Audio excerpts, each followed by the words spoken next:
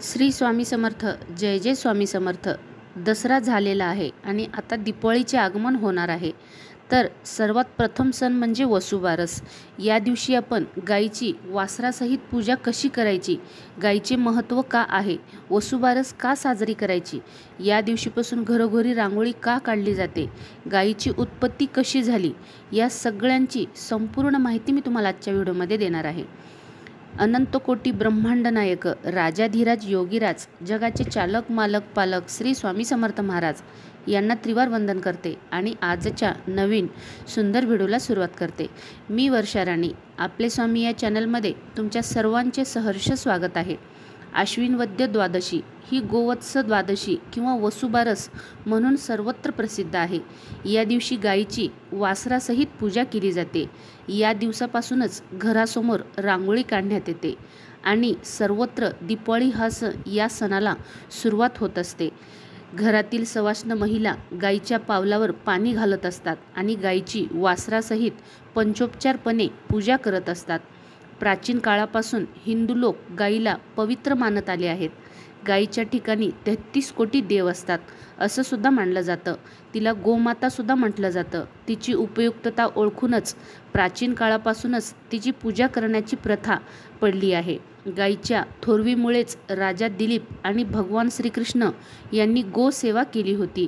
श्रीकृष्णाने तर स्वतःला गोपाल म्हणून घेतले होते. आपण अनेक प्रसंगी दान करीत असतो, त्यात गोदान हे तर सर्वात श्रेष्ठ दान मानले जाते. म्हणून बऱ्याच माहेरवासिनींना सुद्धा गायी दानामध्ये दिल्या जातात. म्हणजे माहेरच्या मुलींना गायीसुद्धा दिल्या जातात. ज्यांच्या घरी गाय तेथे विठ्ठलाचे पाय असं संत तुकाराम महाराजांनी सुद्धा म्हटलं आहे. तसंच श्री स्वामी समर्थ सेवा केंद्रामध्ये सुद्धा जेव्हा दुःखी व्यक्तींना सेवा कार्यक्रम दिला जातो त्यामध्ये त्यांना मुख्यतः पंचगव्य यावर सुद्धा अधिक भर दिला जातो. म्हणजे काय पंचगव्य म्हणजे काय, तर गायीपासून मिळणाऱ्या 5 वस्तू, त्यामध्ये गायीचे दूध आले, दही, तूप, शेण आणि गोमूत्र या सर्वांचं मिळून पंचगव्य तयार होत असतं. याने जर आपण आंघोळ केली तर आपल्यावर असणारे विकार, आपल्यावर असणारी नेगेटिव्ह एनर्जी ही दूर होण्यासाठी मदत होत असते. घरात लक्ष्मीचे आगमन व्हावे या हेतूने या दिवशी सर्वत्र गायीची पूजा केली जाते.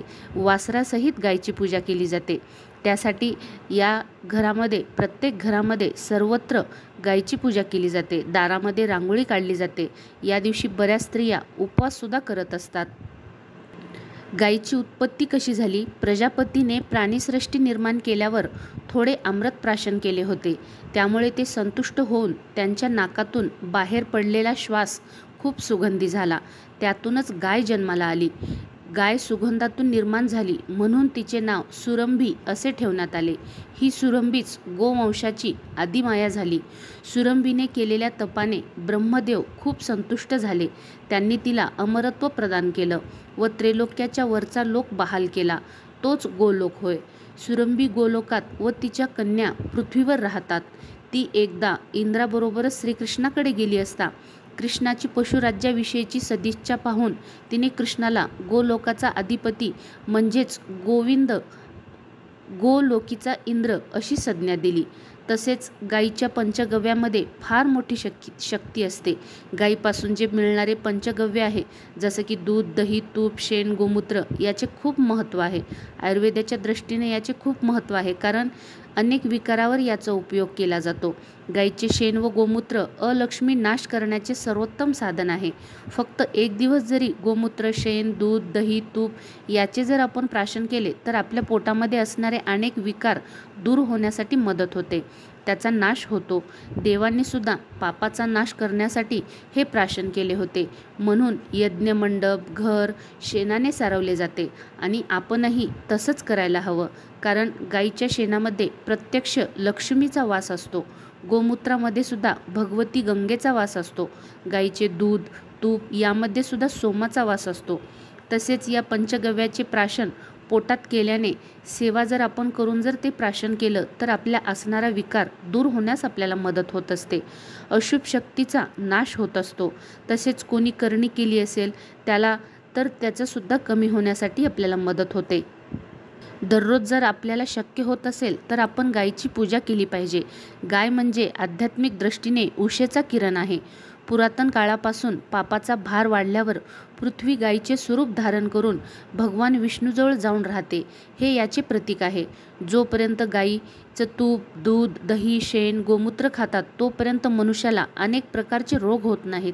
म्हणून पहा, लहान मुलांना सुद्धा गायीचे दूध दिले जाते, कारण म्हशीचे दूध पचायला लहान मुलांना जड असते आणि गायीचे दूध पचायला हलके असते.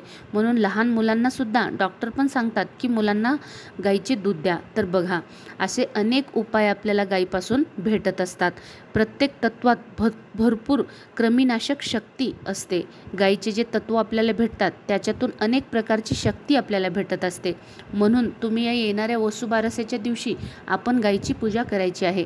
गायीची पूजा जर तुम्हाला होत नसेल किंवा तुम्हाला गाय भेटलीच नसेल तर तुम्ही आपल्या बाजारामध्ये विकतच्या जे गायीच्या मूर्त्या भेटतात, गाय वासराची मूर्ती घ्यायची आहे आणि त्यांचंसुद्धा जरी तुम्ही पूजन केलं तरीसुद्धा चालू शकते. हा उपाय सांगत आहे मी. जर तुम्हाला खऱ्या गाई वासराची पूजा करायची असेल, बाजूला वगैरे जाऊन शेतकऱ्याच्या घरी जाऊन तरी तुम्ही पूजा करू शकता. आणि जर तुम्हाला शक्यच झालं नाही, भेटलीच नाही गाय, तर तुम्ही कुठलंही गायीची मूर्ती आणून गायीची पूजा करू शकता. नैवेद्यसुद्धा गायीला दाखवायचा आहे. हळद, कुंकू, फूल, अक्षदा, निरांजन ओवाळायचं आहे, नैवेद्य दाखवायचा आहे. घरातील सर्व मंडळींनी गायीची पूजा करायचं आहे. त्या दिवशी उडदाचे वडे गायीला नैवेद्य म्हणून द्यायचं आहे. हे सर्व आपण गायीची पूजा पंचोपचार करायची आहे. आपल्या उन्नतीसाठी, घरातील सर्व सदस्यांचे आजारपण दूर होण्यासाठी गायीला प्रार्थना करायची आहे. गायीला आशीर्वाद मागण्यासाठी हात जोडून प्रार्थना करायची आहे आणि सर्वांनी गायीची पूजा करायची आहे. या दिवसापासून दिवाळीच्या सणाला सुरुवात होते. घराच्या दारासमोर पणत्या लावल्या जातात, घराच्या दारासमोर दिवे लावल्या जातात. दीपावलीच्या पहिल्या सणाची सुरुवात या दिवशीपासून होत असते. तर यामागची पौराणिक कथा काय आहे? वसुबारस हा सण का साजरा केला जातो? यामागची पौराणिक कथा काय आहे ती मी तुम्हाला सांगणार आहे. एक छोटंसं नगर होतं. तिथे एक म्हातारी बाई राहत होती. तिला एक सून होती. तिच्याकडे गाई वासरं सर्व काही होतं. गाई वासऱ्या असताना तिच्याकडे 2 छोटीशी वासरं होती. त्या छोटूशा वासऱ्यांचं नाव होतं गवाळं आणि मुगाळे, असं त्या 2 छोट्या वासरांचं नाव होतं. आश्विन मास आला होता. पहिल्या द्वादशीच्या दिवशी म्हातारी सकाळी सकाळी उठली आणि शेताला मी जाणार आहे म्हणून ती तिच्या सुनाला हाक मारू लागली. सुनाला हाक मारल्यानंतर सून तिच्याकडे आली. सुनाला म्हातारीनं सांगितलं, तू काय कर, गव्हाळे गुणाळे शिजून ठेव असे तिनं सांगितलं. त्यांच्या वासरांचे ते नाव होते, ते तिनं सांगितलं. शिजून ठेव असं तिनं सांगितलं आणि ती शेतावर कामासाठी निघून गेली. सून गोठ्यात गेली. गव्हाळे मुगाळे वासरे उड्या मारत होती, म्हणजे ते छोटे जे वासरं होती त्या वासरं उड्या मारत होती. तिनं त्यांना ठार मारून टाकलं आणि त्यांना चिरलं आणि त्यांना शिजवलं आणि त्याची भाजी केली आणि सासूबाईची वाट पाहत ती बसली. दुपार झाली तशी सासू घरी आली. सुनेनं जेवायला वाढलं. सासूनं पाहिलं तर तांबडेसरक दृष्टीत तिच्या पडलं. तिनं हे काय आणलं आहेस, मला काय जेवायला वाढलं आहेस हे विचारलं. मग सुनेनं झालेला सर्व प्रकार सांगितलं. म्हातारीने कपाळावर हात मारला. हे तिला समजताच तिला लक्षात आलं की सुनेची चूक झाली आहे.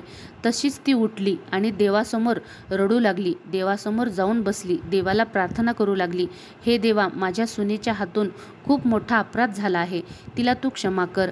गायीची वासरे जिवंत आण. जर तू केलं नाहीस तर मी माझा प्राण देईन, मी माझा प्राण तुझ्या समोर देऊन टाकीन, असा निश्चय ती करू लागली. देवाला वारंवार विनंती करू लागली आणि तिने दिवा लावला आणि तशीच ती देवासमोर बसून राहिली. तिचं मन खूप निष्कलंक निष्कपट होतं. तिचं हे सर्व पाहून देवाला तिची दया आली. संध्याकाळी तिची आई आली, म्हणजे त्या छोट्या वासरांची आई आली आणि ती आल्यानंतर तिची वासरं दिसेनाशी झाली. तेव्हा ती हंबरडा फोडून रडू लागली. हे त्या म्हातारीच्या दृष्टीस पडलं. ती देवाला घायामाया करू लागली, देवाला प्रार्थना करू लागली आणि तिचं मन पाहिल्यानंतर देवालासुद्धा तिची दया आली आणि देवाने तिची इच्छा पूर्ण केली. नंतर म्हातारीने सुद्धा इच्छा पूर्ण केली आणि मग देवाने तिची छोटीशी दोन्ही वासरे त्या म्हातारीला परत केली.